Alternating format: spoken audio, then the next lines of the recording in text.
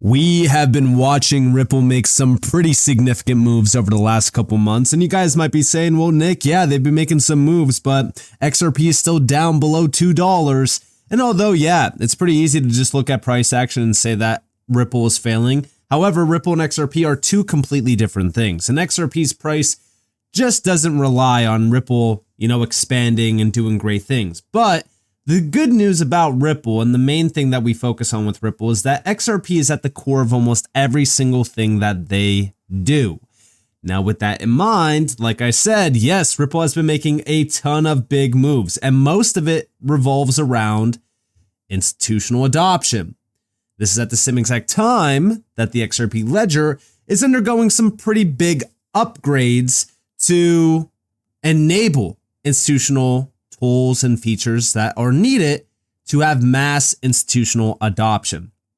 Now, while we think about this, let's take a quick look at what recently got announced. So here we have from Bank XRP, Ripple is taking institutional digital asset management to the next level.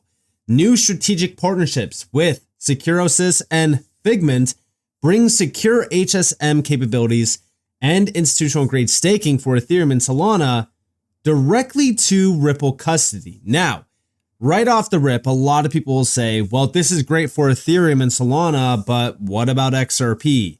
Now, the main difference here for Ethereum, Solana, and XRP is that XRP's supply is capped. So having, built-in staking is most likely not going to be a thing. That's never really going to be a thing.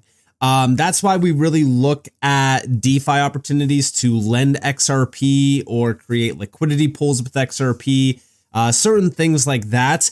But we're not going to have like full-on staking as a service because, again, you would need an unlimited supply, which is what Ethereum and Solana really have, unlike XRP. But with that being said, let's take a quick look at this. So here we have the big news from Figment. So Ripple Custody has selected Figment to strengthen its institutional staking strategy. Together, we are enabling regulated institutions to access secure enterprise-grade staking across networks like Ethereum and Solana.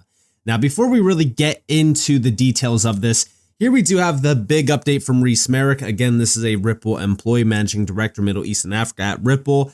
Ripple Custody is the go-to enterprise-grade custody platform for regulated institutions, and the momentum is accelerating fast. Recent strategic partnerships and integrations are making deployments faster, more secure, and far less complex. Now, we are going to talk about the Securosys and Figment part, but there's also a few other ones here, like, for example, the Palisade acquisition. So let's go into the first few. So Securosys, this integration brings CyberVault HSM and Cloud HSM directly into Ripple Custody, which allows institutional players to get high security key management on-prem or in the cloud without the traditional procurement delays or complexity. So they could either do this on-premise or they could do it in the cloud. This is great for Ripple Custody, especially with increased institutional adoption.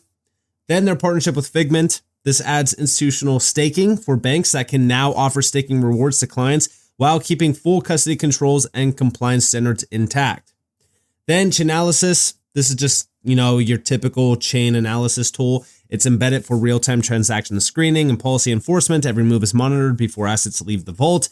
And then, of course, the Ripple acquisition with Palisade. This adds scalable wallet as a service with MPC and multi-chain support, which is perfect for treasury payments and fintech integrations. These moves solve the exact friction banks face: long procurement cycles, siloed tech stacks, and balancing security with speed. This is also right on par with Ripple becoming a bank, which, I do have a video upcoming about that. So definitely stay tuned for that one, because that one's going to definitely be a big one to focus on. But, this is a, full stack that allows institutional players to, just have that all in one package. This is why Ripple will see increased institutional adoption going forward. And it's also great for XRP. And we'll talk about why here in a moment. But here we also have the big update with Figment. So Figment partners with Ripple Custody to strengthen institutional staking infrastructure. Again, it's pretty straightforward. Ultimately speaking, we don't really need to go over all of the details here. All we really need to look at is the bullet points. So now institutional clients can offer staking to their end customers without building in-house infrastructure, because Ripple will be that provider. Integrate staking into custody workflows with minimal operational lift. meet strict compliance requirements backed by Ripple's and Figment's regulatory focus, expand product offering, which optionalizes custody in a secure way. But the interesting thing here is that Ripple selected Figment for its proven track record serving more than 1,000 institutional clients. So the fact that they're now partnered up together, well, this could very well lead to that 1,000 institutional client list that Figment has being exposed to this use case. We have down here, this is the head of partnerships and corporate development at Figment. Ripple Custody's partnership with Figment brings secure institutional staking to the largest banks and enterprises. By combining Ripple's enterprise-grade custody technology with Figment's secure non-custodial staking platform, we are giving regulated institutions a way to offer staking rewards to their customers on several blockchain networks. So again, those 1,000 institutional clients that Figment does have, well, all of a sudden, you can start to see them flowing over to the Ripple stack to tap in to staking as a service, essentially. Now, we also have the institutional appetite for staking has evolved. It is no longer just about yield, but about integrating rewards into a holistic digital asset strategy. By partnering with Figment, we are reinforcing Ripple Custody's position as a mission-critical foundation, allowing our clients to maximize asset utility within the same rigorous security and compliance perimeters they've come to expect from us. So this is a great partnership. Again, a ton of exposure for Ripple. I mean, 1,000 institutional clients could definitely be, a big deal here, especially if just a small portion of them, move over to the Ripple stack for this. This is a great announcement. Now, on top of this, we also have over here from Ripple X Dev, the institutional DeFi roadmap details how the XRP ledger is advancing towards everyday institutional use. Again, we know that XRP is still at the focus point. Even within this announcement, right? If you actually go over to the website and you read into this, okay, and you look at XRP, then the main focus here is that XRP is the core piece of institutional use. We have at the heart of every institutional use case is XRP. This is coming from Ripple themselves. So when we think about institutional adoption of anything Ripple, we have to think about XRP on the back end. Even though this is staking for, Solana and Ethereum and things like that, I still believe that there will be room for XRP to, provide some sort of utility to this. We're not exactly sure, maybe, as a lending protocol or something like that. We don't really know because we know that the lending protocol is coming up. But again, not every single announcement needs to include XRP, but we do know that XRP is starting to see increased overall access to institutional DeFi become a reality, and just DeFi itself is starting to expand rapidly on the XRP ledger as well, which is something that I've been fully focused on over the last couple months. Now, on top of this, we also go over here to this recent announcement. Now, this one is very big because again, Zand is a massive UAE AI-powered bank, and they recently partnered up with Ripple a few months back, but now we got the full announcement that Zand and Ripple, the leading provider of blockchain-based enterprise solutions across traditional and digital finance, are partnering to help advance and support the digital economy. With innovative solutions powered by the Zand AED, which is a stablecoin, AEDZ, and Ripple's USD RLUSD stablecoin, leveraging stablecoins, blockchain technology, and tokenization can unlock powerful new use cases as traditional finance moves on-chain. And this partnership represents a significant step forward in the growth of the digital asset ecosystem. Now, the main thing that I focused on with this is just the overall adoption side of what this really means and what exactly the main focus of all of this, right, is the on-chain FX push, which is why I said, huge news, stablecoins converging to combine the power of two different fiat currencies. The on-chain FX boom is becoming a reality slowly but surely with XRP at the center of it. And again, yeah, we go back over here, every single institutional use case XRP is at the heart of. Payments and FX, it's the first one that they're talking about here. And yeah, FX is one of the largest use cases around blockchain. I love to see this becoming a reality. And again, it goes hand in hand with all of the institutional grade adoption happening around the Ripple stack. But then we also go over here to Reese Merrick. Last year, Ripple agreed a payments partnership with UAE bank, Zand, And now we're extending this partnership to explore a range of initiatives from enabling support for Ripple's ROUSD stablecoin within Zan's regulated digital asset ecosystem or custody to direct liquidity solutions between ROUSD and Zan's AED denominated stablecoin ADZ to the issuance of ADZ on the XRP ledger. So there you have it, right? Clear confirmation that this does involve XRP and the XRPL. We're going to start to see more and more stablecoins hitting the XRP ledger over the next couple months, in my opinion. And again, I feel as if we're still just at the beginning phases of non-USD backed stablecoins becoming a big deal. This is just another one of those big updates that confirms exactly what we have been talking about for like the last couple weeks and months as well, which is FX on chain is happening.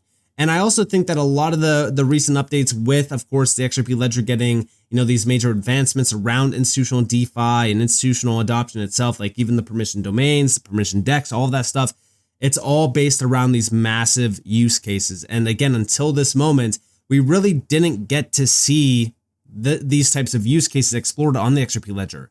And again, it goes back to the first announcement from Ripple XDev, which was talking about the amendment for permission domains. Even within this, you have on-chain FX being mentioned in a big way. It's all based around on-chain FX. And this has to do with everything that we're seeing. All of these big announcements with Ripple. We go back to like the Travelex Bank announcement with Brazil. I mean, guys, that announcement was back in, I want to say like 2022, 2023.